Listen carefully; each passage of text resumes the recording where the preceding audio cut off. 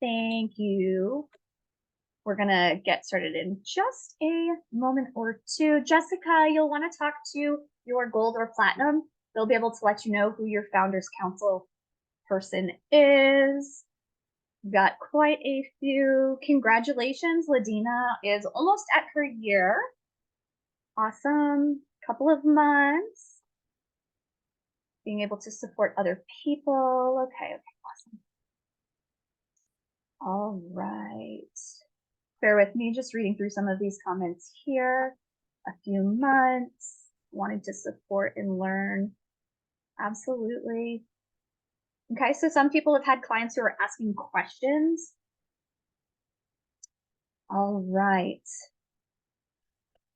So with that being said, it looks like things have slowed down as far as people hopping on for the moment. So we'll go ahead and get started. Thank you guys for joining me today. My name is Tanya. I am a gold consultant. I have been with Archer and Evo for just over 2.5 years now. So I started in January of 21. And like a lot of people who end up with certain niche markets, my experience and my just different things that have come along are what pushed me into wanting to be able to serve the disabled population. So for those of you who have not met me before or don't know my story, I have a couple of different disabilities, and one, I guess the main portion is that I deal with a connective tissue disorder, and because of that, I am prone to all sorts of other issues, prone to dislocations, prone to just lots of different co-occurring conditions. And as my health has declined, I've found myself in that space of, okay, I need to make sure that these accessibility features are set up, that I have access to this or that accommodation. So that way I'm able to take part and do the things that I want to do. Just like our clients and just like a number of folks with disabilities, you know, we don't want to be stuck on the sideline. We want to be able to engage and take part in things just like those who do not have disabilities. So that's a little bit of that background there. Today, I'm going to look a little bit at the benefits of travel for those with disabilities. We're going to briefly touch on medical tourism because that is also going to play a part when you're booking travel and people have different medical things going on. And then some questions and things, little tidbits or tips to help your clients have the best experience. All right, so travel in general, both for those with disabilities and without, contributes to better health outcomes. So a number of studies have found that those who do travel frequently, and they put that at about 2 times a year, tend to help decrease their likelihood of having different conditions like you know, high blood pressure or heart failure or a number of other conditions as well. So they found in these studies that people who travel more often run into or develop those at a lower rate. Travel can provide opportunities to catch up on rest. So that is a huge part of that contribution. Rest is absolutely vital to all of us and our ability to function. So being able to have that downtime. Travel does encourage additional physical activity, and depending on the disability, this can be a good way to encourage continuing treatment. So as an example, I myself am getting ready to start physical therapy a couple of times a week. And again, keeping the specific disability in mind is always going to be necessary. But in some of those things like myself, you know, if I were to go on a cruise or be able to spend some time, I can do my physical therapy exercises in the ocean or by the pool or in the pool.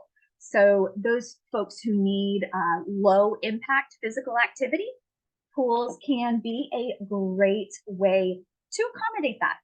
And we'll talk about this a little bit, but it gives that change of scenery as well.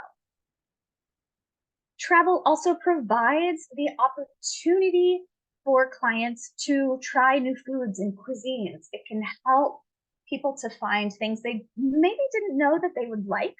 Again, please always use discretion when you're talking with your clients. Obviously, if you're dealing with someone who is dealing with celiac disease, then they're going to have to be far more cautious about those new foods and cuisines in order to not be detrimental to their health. So, like I said, all of this, please bear in mind if you have someone who is dealing with a disability that prevents some of these things, then we're not going to want to suggest that to them. We will cover it more later on, but asking open-ended questions about limitations or about how people function in their day-to-day life helps them to give you that guidance, and you can allow that to determine what information you need more of, etc. Traveling can bring stress relief. This is not anything new, and this is also both for people with disabilities and without. So there are certain aspects of travel that can increase anxiety and momentary stress. So things like a missed connection, lost luggage, not having documentation. Despite that, most people do report that after they've taken time away, they are more balanced, they're less stressed, and that result, that recalibration, if you will, can last for several weeks following travel. So it is a good thing, and it is something that can impact stress levels positively more than just that immediate trip time. A change of scenery, as we said, can improve well-being for all travelers. Travel does allow an escape from these everyday routines and responsibilities, which can promote that relaxation. And we will come back to incorporating those routines for those who need it in regards to their disability and what we're booking for them in a few slides. Burnout and work-life balance can be improved with travel. Again, that time away, that time to refocus, to take some time for oneself and rejuvenate.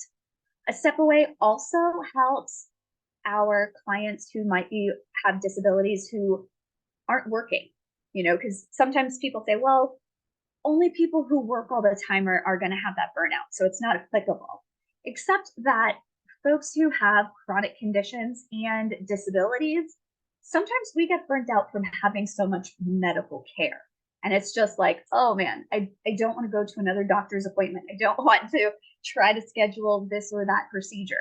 So taking some time away can give a very much needed break from those type of consistent stressors as well.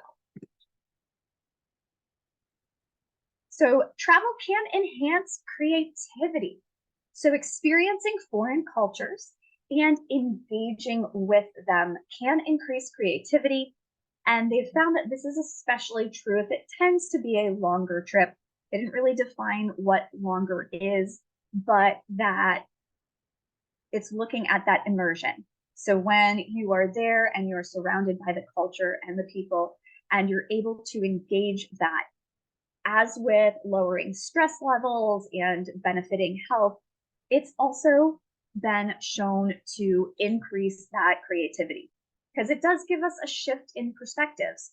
So when one travels to a new location, our brain is engaged in new and continuous problem-solving processes because we have to adapt to those things that we are unfamiliar with.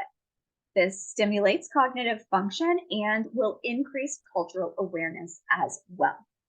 So these experiences can also be great in inspiring personal growth or personal development.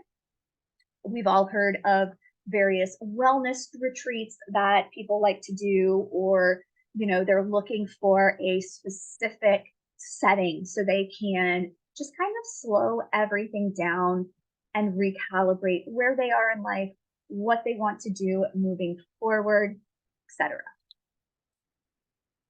So travel is a boost to happiness and satisfaction. So if you're like me, we assume that, hey, taking a vacation is naturally going to create that happiness and satisfaction. What we don't realize often is that there's a significant benefit even when planning the trip. So when you're having those conversations, they've found that the anticipation of taking a trip far outweighs what we feel when we anticipate a material possession.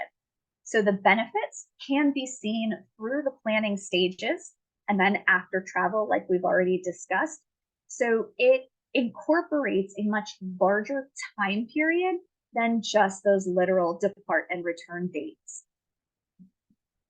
This is excellent when you're having those conversations with your clients, because I don't know about you all, but there are times where I'm talking to a client and they just are ecstatic about what we've been able to plan and set up, and they start their countdowns, and you can see that throughout the entire process.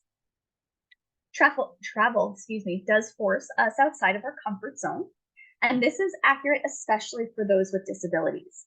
So it does provide opportunities for social interaction and engagement. Again, depending on what your experience is, there are a number of different patient groups or forums that exist that different cater to specifically different conditions. Oftentimes, those who are chronically ill or dealing with disabilities are looking for that, oh, this person is dealing with this too. I am not by myself in this, or my symptoms are not unique to me. It is something that is validating, and it can help to reduce isolation and foster those valuable relationships, which, as we know, will also improve the general quality of life.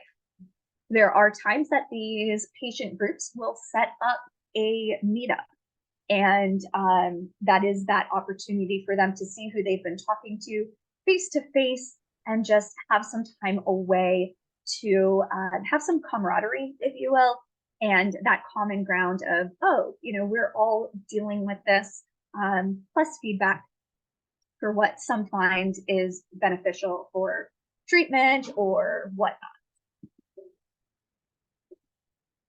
So here are some of those additional benefits. Increased independence. So travel can promote self-reliance and individual confidence. That's what that's supposed to be. Sorry, guys. While learning to navigate those new environments. There are going to be times that someone will need to travel with a caretaker. There are still opportunities within that folks can be able to have that confidence and self-reliance built up, even if it is as a partnership with a caretaker. Travel for disabled folks specifically, and we'll talk about this a couple of times as well, helps to better advocate for additional accessibility or accommodations, which will contribute positively to changes within the tourism industry. Because if, for example, we had our convention over the summer, and I stayed at South Point where we were having that, and I was able to call ahead of time, and I said, hey, I am disabled, and I need to know what you have available. What is it that I'm able to utilize? And I let them know the limitations, things like, while I may not need a roll-in shower, other folks will.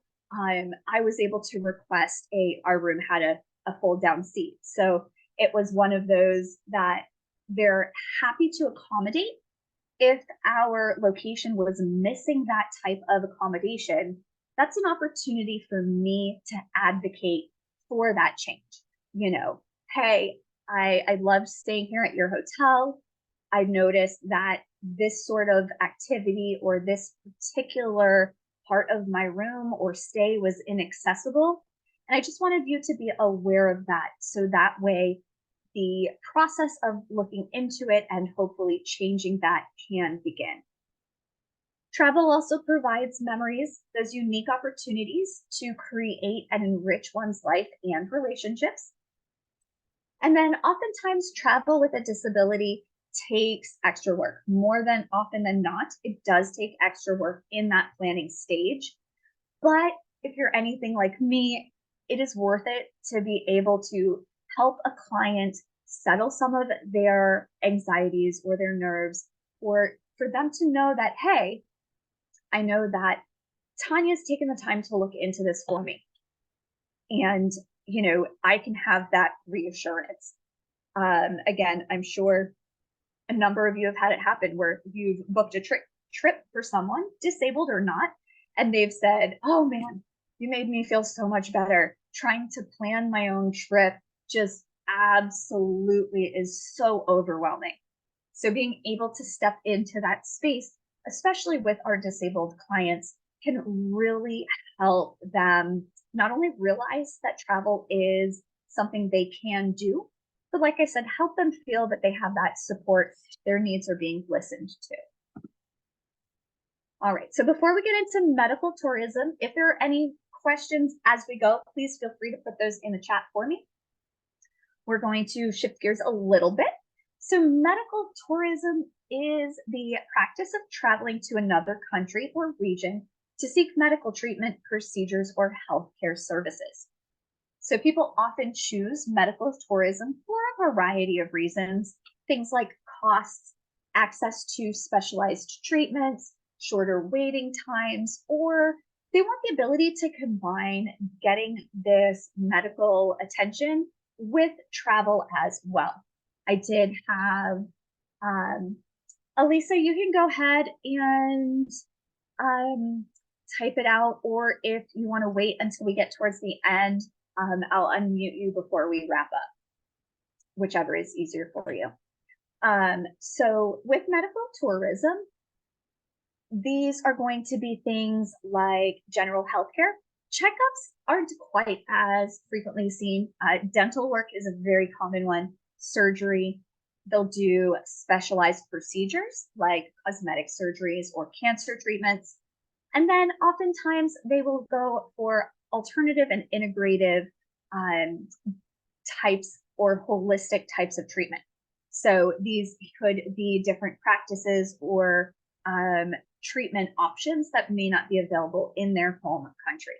I was going to say I was booking for a client who had some medical stuff they needed to do, and they wanted to spend, she was like, I need to spend time there both before and after my procedure, if possible, so that way we can visit, we can utilize the space that we're in for this time period more than just for my medical care. So here are some of the popular medical tourism locations and destinations. And oftentimes they do have state-of-the-art medical facilities with highly skilled healthcare professionals. So here are just some of them. This is not an exhaustive list. Thailand, India, Malaysia, Mexico, Turkey, and Costa Rica. So why do people look into medical tourism? There are I would say probably the primary reason is that expense, because there are certain procedures that in different countries, they have different costs associated with them. And there are times that certain procedures or medical interventions can be much less expensive even once travel and accommodations have been factored in. There you go, Mercy, so that way you can grab those countries again real quick. Someone put in the chat about finding the link to the recording. Again, once we get towards the end of the training, we're going to share that Facebook group so that way you can have access to the trainings as well. So significant cost savings, being able to travel, stay, and have whatever medical procedure they're looking for. Like I said, it can be significantly less expensive. One of the big things that you want to make sure, your client will be doing certain research on their own, obviously, in regards to that medical procedure. If medical tourism comes up, you want to make sure that you discuss with them, make sure that you've got your local medical providers on board, make sure that you're doing your research, because you want to make sure, and your client will want to make sure, that they do not end up in a bad situation. So there will be extra research there, which is not entirely on you. Like I said, they know their medical condition or what treatment they're seeking out, so they can do that research in addition to always consulting with their local medical providers as well. So here are some of those logistics that they will have to think about. If you have someone who's coming to you and says, hey, I was thinking about going to get this procedure in another country, do you know anything about that? You'll want to encourage them to take into consideration their language and culture differences.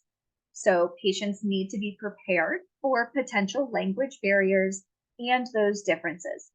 There are a number, especially in those state-of-the-art facilities. They will have staff that tend to be proficient in a number of different languages, especially those that are facilities dedicated to a specific type of procedure. Like I said, they oftentimes have staff that are multilingual and able to communicate. They're going to need to understand the visa and travel logistics. So patients will need to be aware that their country might have different requirements where they're going to visit versus where they currently live.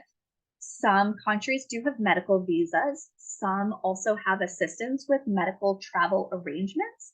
But that, as you can imagine, is going to vary significantly from one location to another. Just as a quick side point, I would point out as well with medical tourism, hey, make sure that, when you're talking about these things with your doctor and you're getting ready to determine if you're going to pursue this, make sure that you just mention, hey, you might want to look into what type of medical contracts they have, if something should go wrong, if there's any type of malpractice protection or ethics, just so that way they have that basic knowledge.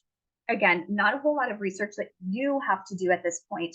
These are things that it's just good to mention to them. As far as the travel and the recovery, they're going to want to make sure that if their procedure has a certain amount of downtime, that they are honoring that. Obviously, we're not going to want to encourage someone to have some type of major procedure one day and fly home the next. So just making sure that, when they give you those dates, say, hey, does that include the recuperation time? Does that include any aftercare or consultations you need to have before you can return home? In general, they should have those consultations not only with their local medical providers, but with the providers in that other country, and determine those treatment plans, expectations, all of the details ahead of time as much as possible.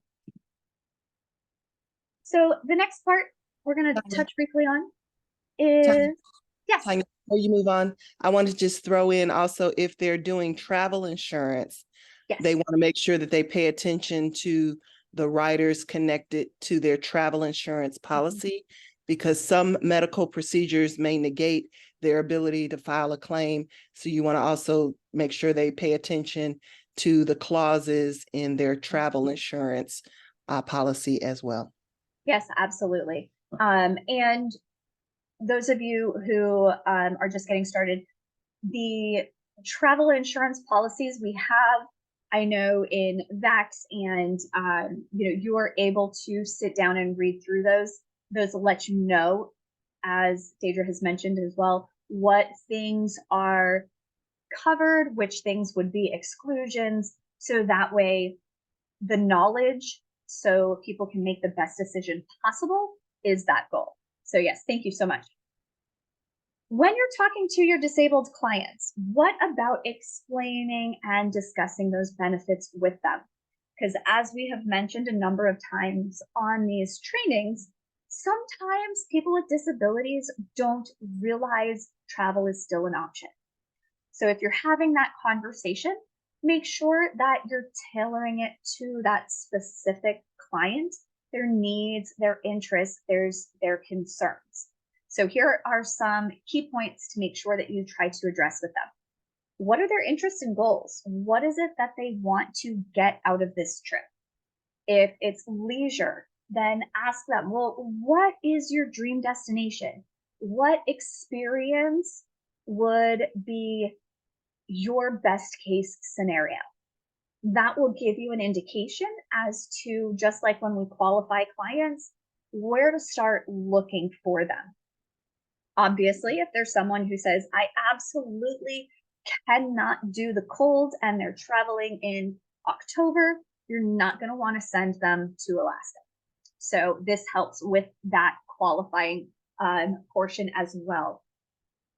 Making sure that you can highlight personal growth. If they're kind of on the fence and they're like, well, I don't really know if this is going to be worth it, you can have that conversation and about how travel does promote personal growth, self-confidence.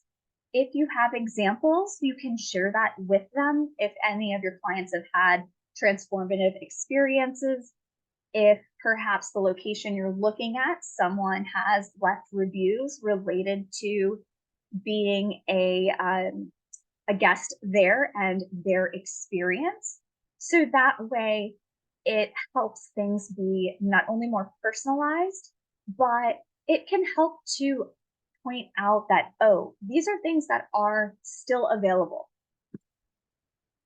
Enhanced quality of life. You can always talk to them about how travel can lead to a higher quality of life with those health benefits that we've discussed. Reducing stress. What would your perfect trip look like?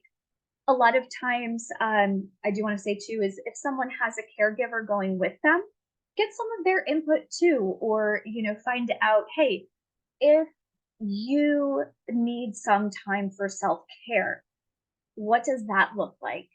Because caring for someone else is and can be very draining if those who are involved don't take some time and have that downtime where they can just kind of focus on what they want, what they're doing, and rest in that way.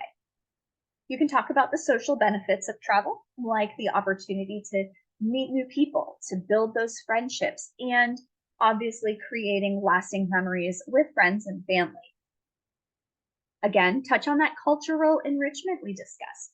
They have the opportunity to grow and learn, to have that exposure to cultures, traditions, different perspectives that can broaden their horizons. Also, there are certain places where someone may go and experience and realize that an accommodation there would be super beneficial for them to implement in their own life in their own social circles. So, it may not be something large scale, but if they find, oh, I went to this place and, they had stools or places to sit available all the time and that helped my energy level, then I can step back and say, okay, is there some type of portable stool or mobility aid that I could utilize since I know that will help my quality of life? You can talk again with them about those health and well-being benefits.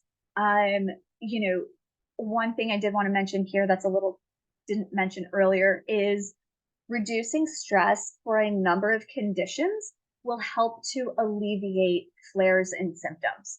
Um, there's the opportunity for additional physical activity, but if your client is someone who isn't or can't be active, or if they mention that exertion creates issues, then find out, hey, what is it that is, or you've noticed causes the most problems? So there are, for people like myself, heat can be a huge issue. So, for me, or I was working with a client who had similar medical conditions, and we were talking about, the location we were looking at, and the room was accessible, and just asking those questions. And I was like, is a short walk to the beach something that you can do, or do we need to look into how we can accommodate that? Where is that line between you're able to function the best that you possibly want for your quality of life and preventing a flare of symptoms? Not all disabilities will have flares or ebbs and flows, but a lot of them are dynamic and will.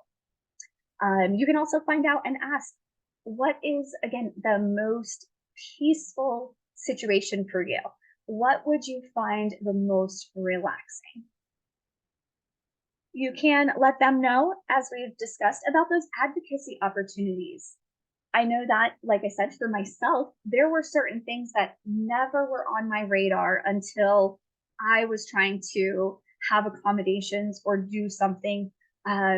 It's easy to miss or overlook accessibility issues when you're not used to looking for them or experiencing them in your own life.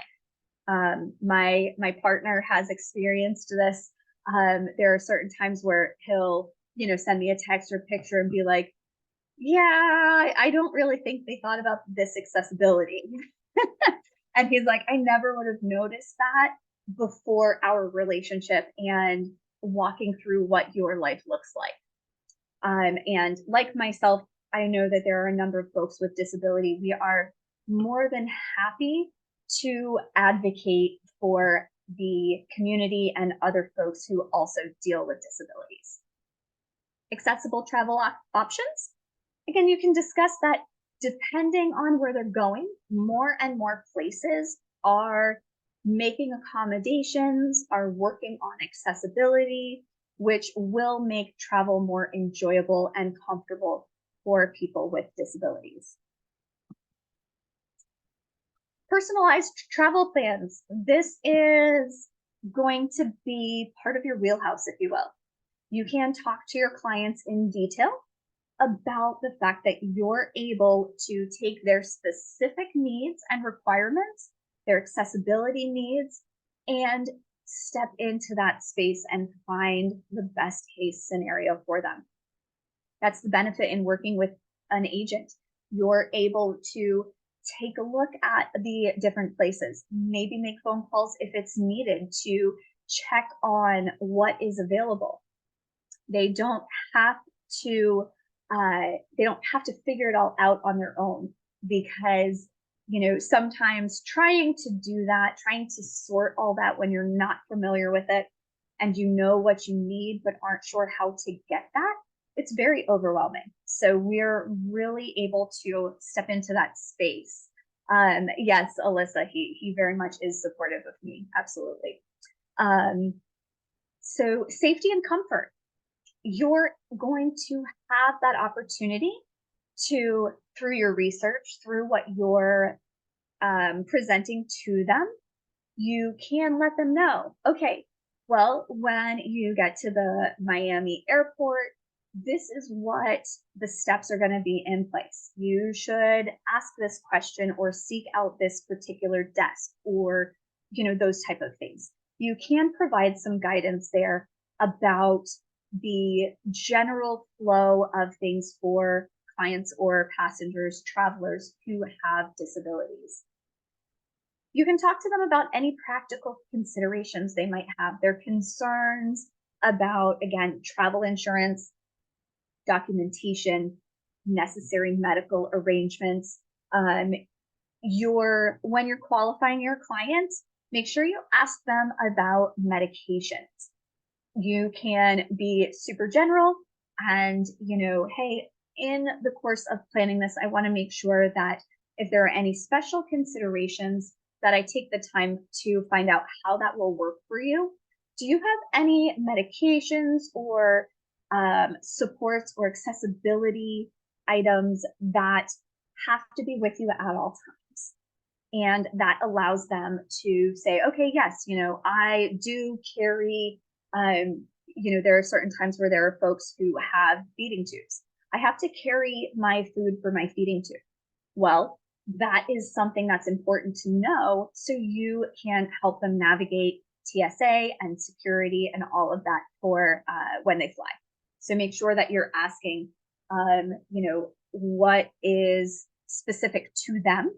And if you aren't sure what exact direction to go with that question, it's perfectly fine to say, what is it that I need to know to keep in mind when I'm looking at these options for you? What do I need to know in order to best support you and to best, what is it that I need to know to best accommodate your needs and limitations? Inspiration and motivation.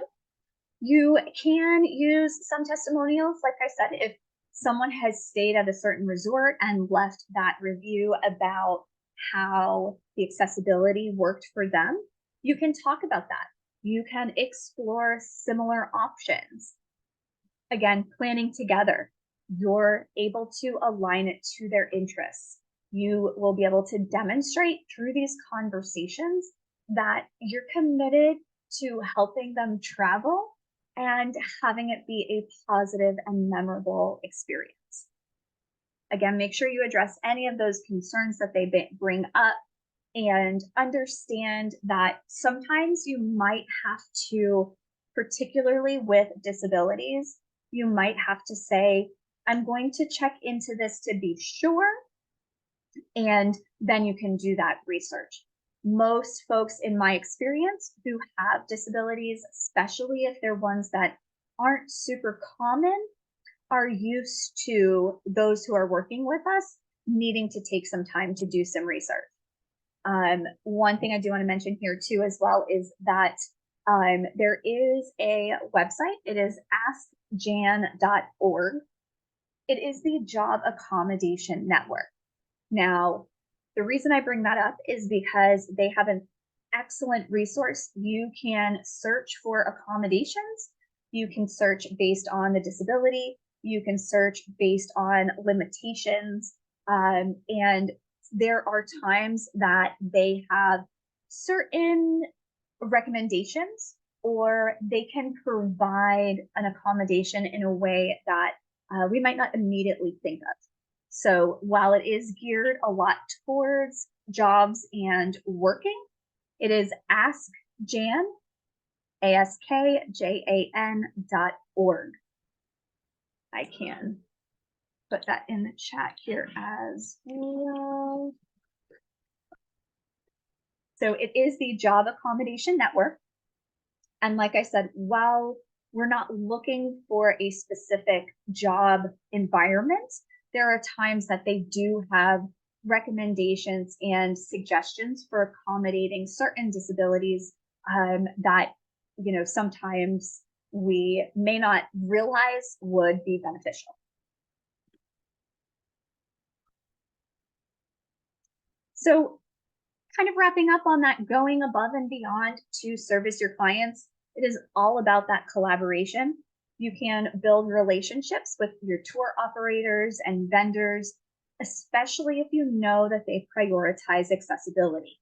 We've done several trainings on different options for those with autism. If you know that the vendor has a track record of prioritizing accommodations and accessibility, that is an excellent place to start. Again, asking feedback. This is going to be a progressive process. You're going to want to ask, hey, when you return from your trip or whatnot, what is it that, what did you find was good and recommend? What would you caution me against with future clients? What did you run into that I might need to, warn someone about? all of this is just a process. Another way you can go above and beyond is helping your client create an emergency plan. Is there something that happens frequently that they're going to need to be prepared for? Is there, something that we can do preventatively?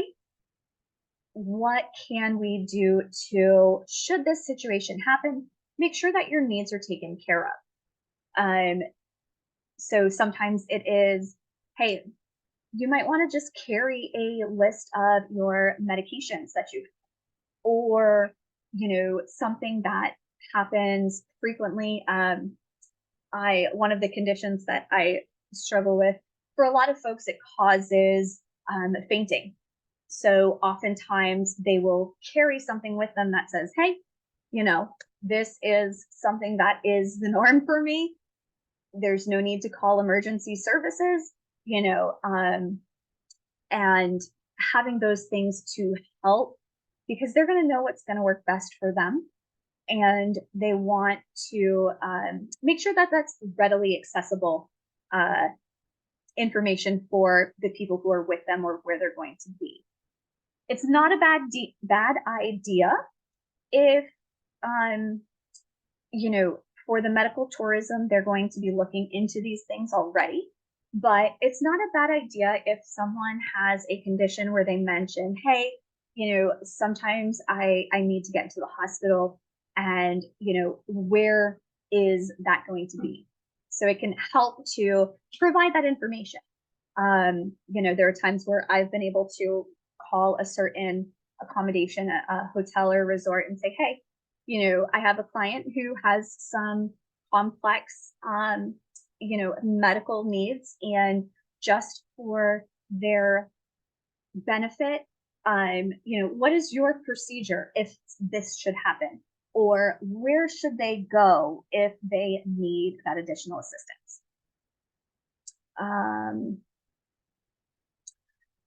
So Michelle asks, what do you carry with you for when you faint and in case you're by yourself so people see it? I personally, I have a medical alert bracelet. It has a QR code on it, and a phone number and PIN number. So first responders, or anyone who, if I need help, they can scan the QR code and it will let them know all of that information.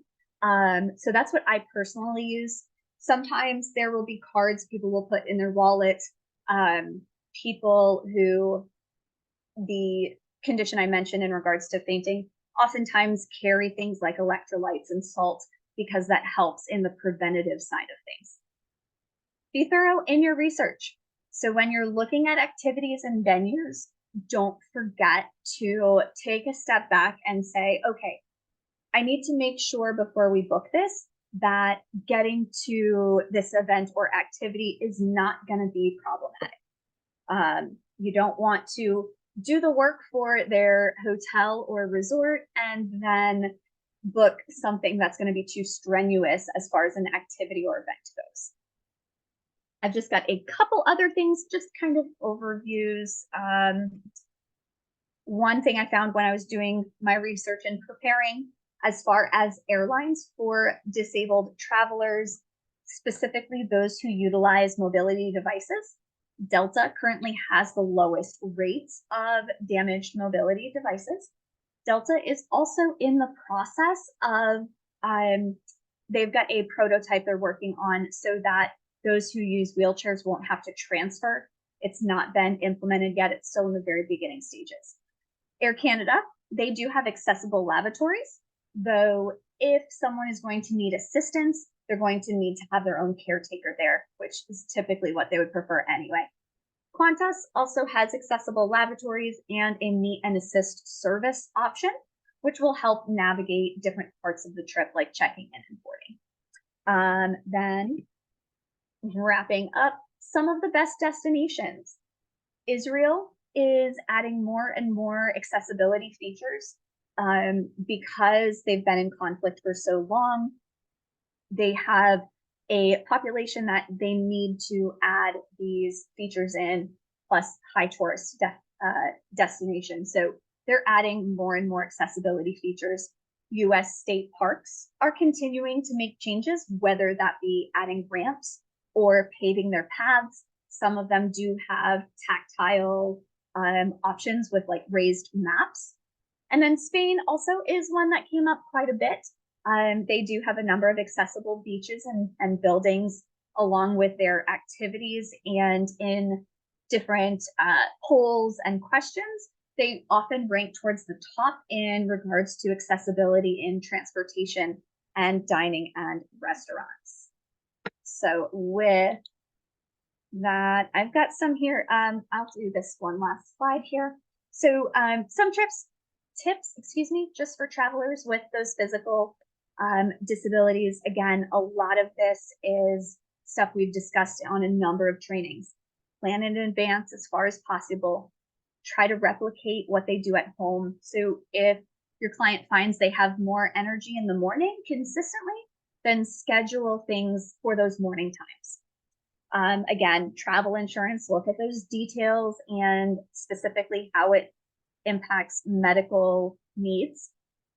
Specialized travel agency or travel group can be excellent. That is you or myself, or something like the S&G program or group as well.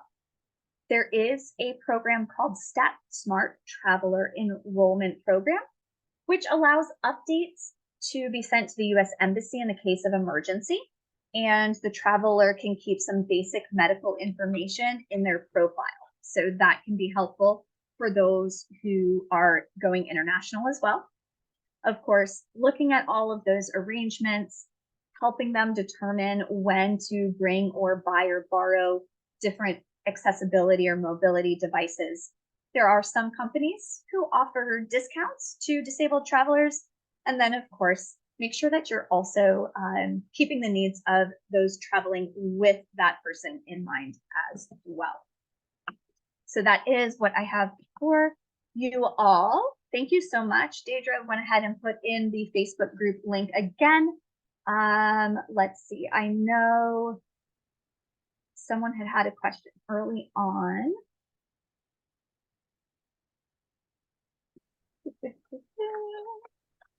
Of course, now I can't find it. If you were, okay, Alyssa, go ahead. It's me. I'm coming. It's Elise. It was Elise. Yes. I'm trying to get my video so you're not talking to a screen. Oh, no worries. Okay. Hi, Tanya. Thank you for doing this, because this is amazing.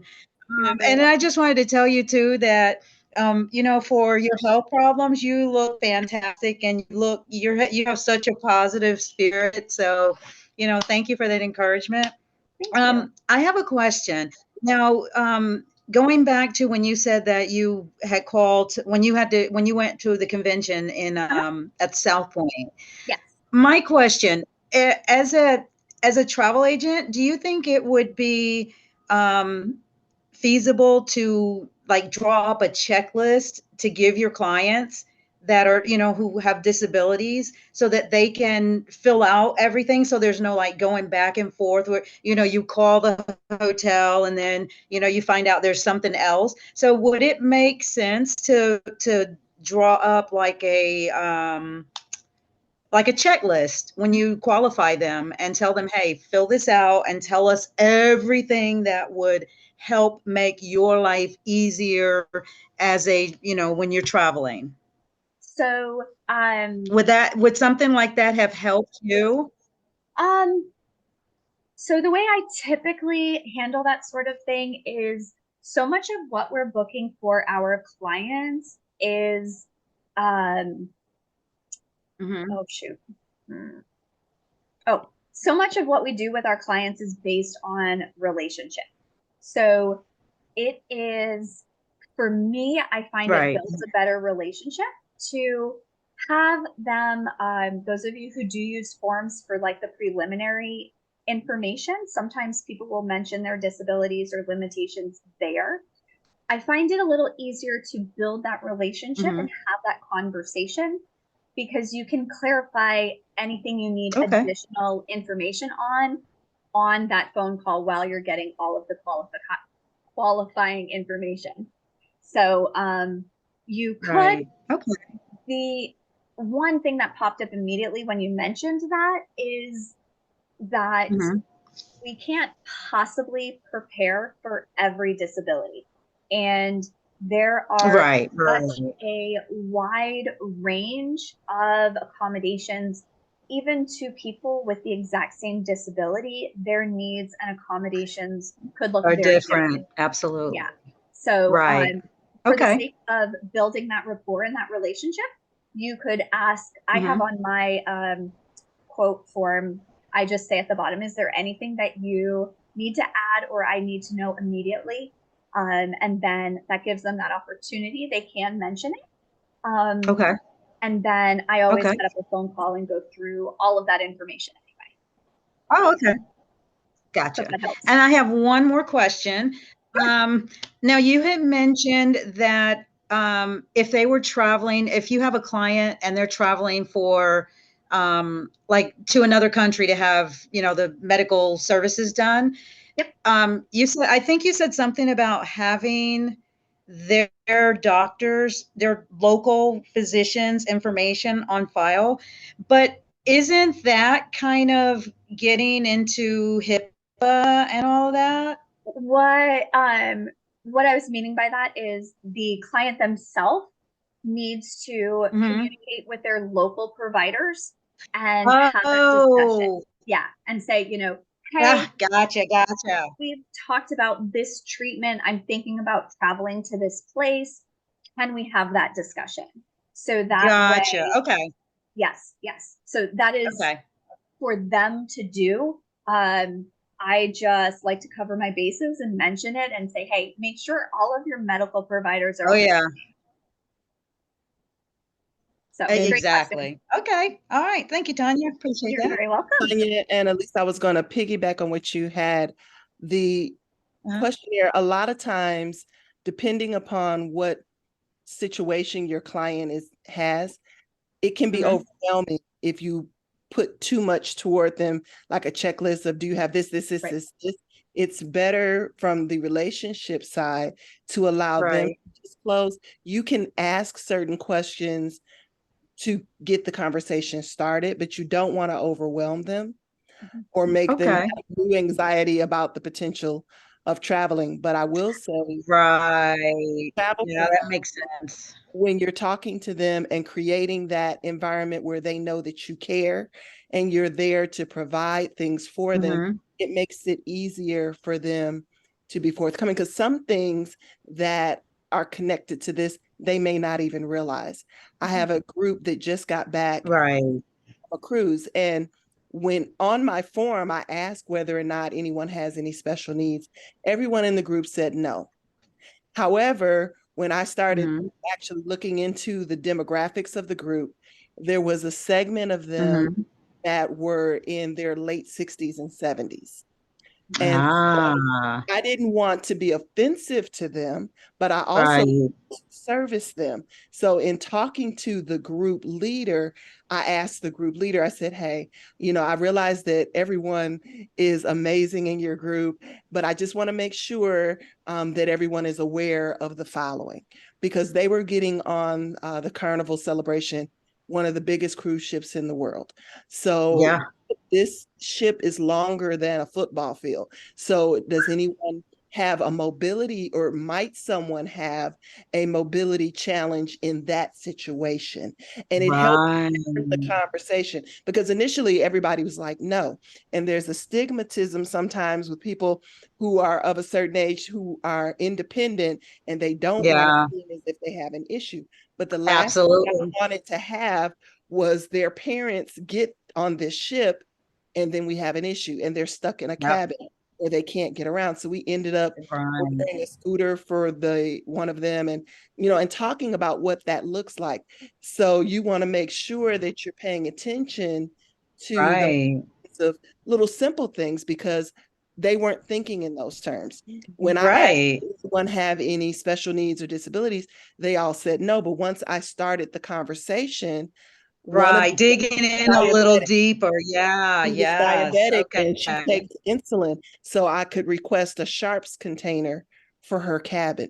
So little sometimes Wow. got See, I would start never have thought of something like you that. have to start kind of being wise, and also Right. talking to them in a way that they build that trust and that care. So by that point, Right. they knew that I absolutely cared about them having the Yeah. best experience possible. So they started talking a little more. And so in talking with them about that, we were able to determine, one of them was in a triple cabin. I said, well, you do realize in the triple cabin on the ship, that third bed folds down from the ceiling. So you guys may need The Murphy bed. Murphy to have bed. that conversation Yes. about who's going to climb up there. And I kind of made it, a joke. I said, hey, I'm young, but I don't want to climb Right. up there. Who's going to pull the short straw? So I made it kind of fun and told them about Uh-huh. sitting around their demographics, because there were some teenagers going with them. I said, so maybe Mhm. you all might want to trade cabins.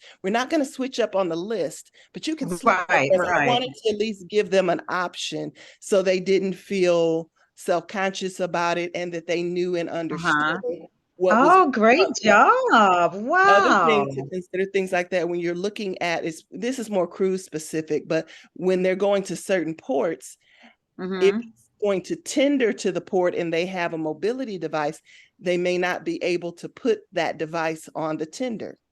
Ah, And so okay. what are they going to Wow. do at that port? Can That's they right. maneuver? Others where they pull right up to a dock, that's different. So Uh-huh. again, when you're looking at it, it's just about putting on a different lens and really kind of walking them through what the Mm-hmm. experience is going to be like, and offering them suggestions where you can, so that they can have the best time possible. Right.